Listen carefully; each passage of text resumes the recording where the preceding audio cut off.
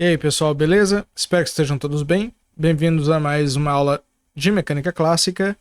Essa aula eu vou fechar o assunto de gravitação universal e vai ser só aqui entre a gente, tá certo?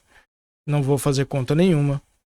Mas quero discutir alguns aspectos pertinentes da gravitação universal, principalmente qual é a razão pela qual ela precisou ser substituída no início do século XX pela relatividade geral.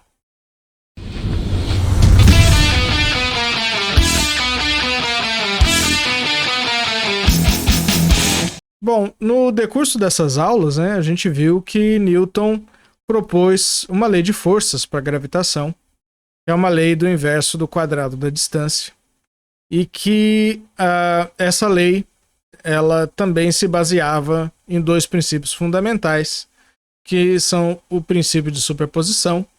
Eu posso descrever a força gravitacional que age sobre uma partícula como a soma de todas as forças de todas as fontes possíveis, e também no princípio da equivalência de Galilei, que me diz que a carga gravitacional é igual à massa das partículas e dos corpos. Então a teoria que nós desenvolvemos a partir desses princípios foi a gravitação universal, ou também que a gente chama de gravitação newtoniana.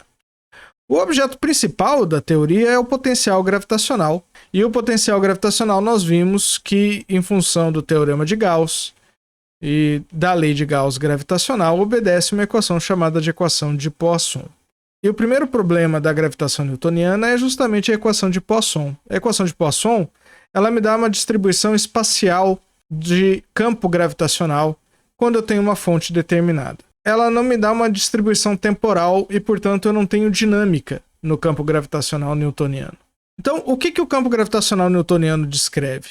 Ele descreve regimes estáticos, ou seja, em que os corpos que são fontes do campo gravitacional não variam com o tempo, portanto não se movem, ou regimes estacionários, em que eu tenho estados de movimento constantes ou oscilatórios, como por exemplo o caso aproximado do Sistema Solar, em que a órbita dos planetas ao redor do Sol ela não é significantemente alterada ao longo do tempo. Claro que ela é alterada, na verdade o sistema solar é um sistema caótico, mas ele é um sistema caótico de longo prazo.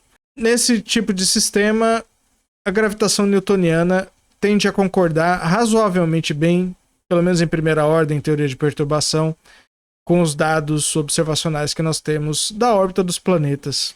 E a gente sabe que os grandes triunfos da mecânica clássica foi justamente o cálculo dessas órbitas. Mas, filosoficamente, o fato de que a gravitação universal não descreve uma dinâmica para o campo gravitacional, ou seja, ela não prevê que o campo possa mudar com o tempo, causou um problema que é o problema da ação instantânea à distância. O pessoal interpretou de uma maneira, pode ser interpretado como uma maneira equivocada, de que o campo gravitacional ele se modificava instantaneamente a partir da modificação da fonte. Vocês podem pensar numa situação, o que acontece se o Sol sumir de repente de uma hora para outra? O que vai acontecer com a órbita dos planetas? Vai demorar um tempo para eles perceberem que o Sol sumiu? A órbita dos planetas vai se modificar imediatamente? Eles vão passar a ser corpos livres? Ou aproximadamente livres, né? Então essa era uma questão que fazia parte do problema filosófico da época, e essa época durou quase 3 séculos. Claro que se o pessoal já tivesse uma teoria eletromagnética completa, como nós viemos a ter a partir da segunda metade do século XIX, era fácil deduzir que a gravitação newtoniana ela não é completa. Ela não pode ser considerada equivocada, mas ela também não pode ser considerada completa, ela tem que ser um limite estacionário de alguma outra teoria. Agora, por incrível que pareça, foi mais simples descobrir qual é a teoria completa da eletrostática, que é a eletrodinâmica completa, né, nas suas equações de Maxwell, do que descobrir qual é a teoria completa da gravitação. Isso nós, na verdade, ainda não sabemos. O fato de só existir um tipo de carga gravitacional, que é a massa, e portanto do tipo positiva, ao contrário da carga elétrica, que tem dois tipos, positiva e negativa, faz com que seja muito complicado descrever a gravitação com uma dinâmica no mesmo sentido, por exemplo, das equações de Maxwell, né? Isso só veio a ser feito por Einstein em 1915, com o advento da relatividade geral. E a relatividade geral, ela vem para resolver, ou para tentar resolver, não só esse problema da ação à distância, né, porque ele dá uma dinâmica do campo gravitacional, como também vem para resolver outros problemas da própria mecânica clássica, principalmente o problema do fato de que a mecânica clássica depende fortemente dos observadores inerciais, né? A relatividade geral vem para dizer que tem que existir equivalência de descrição física entre quaisquer observadores, sejam inerciais ou não. Então, essa é a razão que talvez o ponto de vista correto sobre a gravitação universal é de que ela seja uma teoria aproximada para sistemas estacionários, e a teoria completa gravitacional seria a relatividade geral. E, de fato, a relatividade geral tem um limite newtoniano na gravitação universal. Então, historicamente, havia também esse problema. Um outro problema filosófico bastante discutido, até o final do século XIX, pelo menos, é o fato de que Newton se apoiava na existência do espaço absoluto para compreender a mecânica clássica.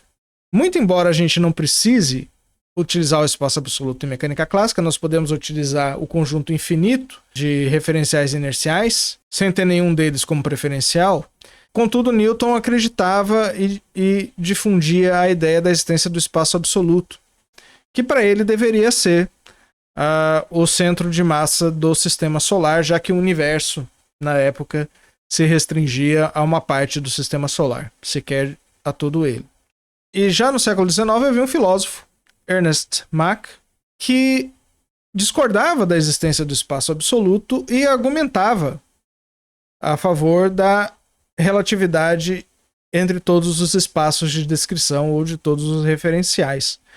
E com isso ele lançou uma determinada filosofia que foi seguida por Einstein na elaboração da relatividade geral, né? Einstein chamou o conjunto de ideias de Mach de princípio de Mach, e o princípio de Mach dizia que a inércia, como propriedade dos corpos, ela não pode ser definida com relação ao espaço absoluto, como Newton acreditava, mas deve ser definida com relação à distribuição de matéria de todo o universo. O princípio de Mach ele não tinha uma correspondência matemática, né? Então, na época, mas Einstein, de certa forma, utilizou esse princípio e fez com que ele valesse ao menos localmente. A ideia da relatividade geral é que a forma como os corpos se movimentam longe das interações, que é o próprio conceito de inércia que nós temos hoje, né? Um conceito um pouco mais moderno, depende do campo gravitacional que age sobre esse objeto. E, para a teoria de Einstein, o campo gravitacional é uma manifestação geométrica do espaço-tempo. Toda a questão da gravitação acabou tendo um certo desfecho na relatividade geral, como sendo a teoria completa que embarcaria a mecânica, que embarcaria a gravitação newtoniana como um caso estático. Assim como as equações de Maxwell são a teoria completa do eletromagnetismo e abarcam a eletrostática como um caso estático. O que nós temos hoje, com desafios da gravitação, a gravitação acabou se tornando um dos principais desafios da física teórica, porque todas as outras interações da natureza, a eletrodinâmica, a força nuclear fraca e a força nuclear forte, que nós chamamos de cromodinâmica quântica, todas elas têm uma versão quântica. E nós utilizamos as teorias quânticas de campos que descrevem essas teorias para entender o nosso universo, o nosso conteúdo de partículas, da onde nós viemos, né? Com base no modelo padrão da física de partículas elementares e do modelo padrão do Big Bang. Contudo, a gravitação está fora desse esquema, porque nós não conseguimos uma teoria quântica da gravitação que conseguisse nos explicar o que aconteceu, por exemplo, em estados de densidade de energia extremamente altos que devem ter acontecido logo no início do universo.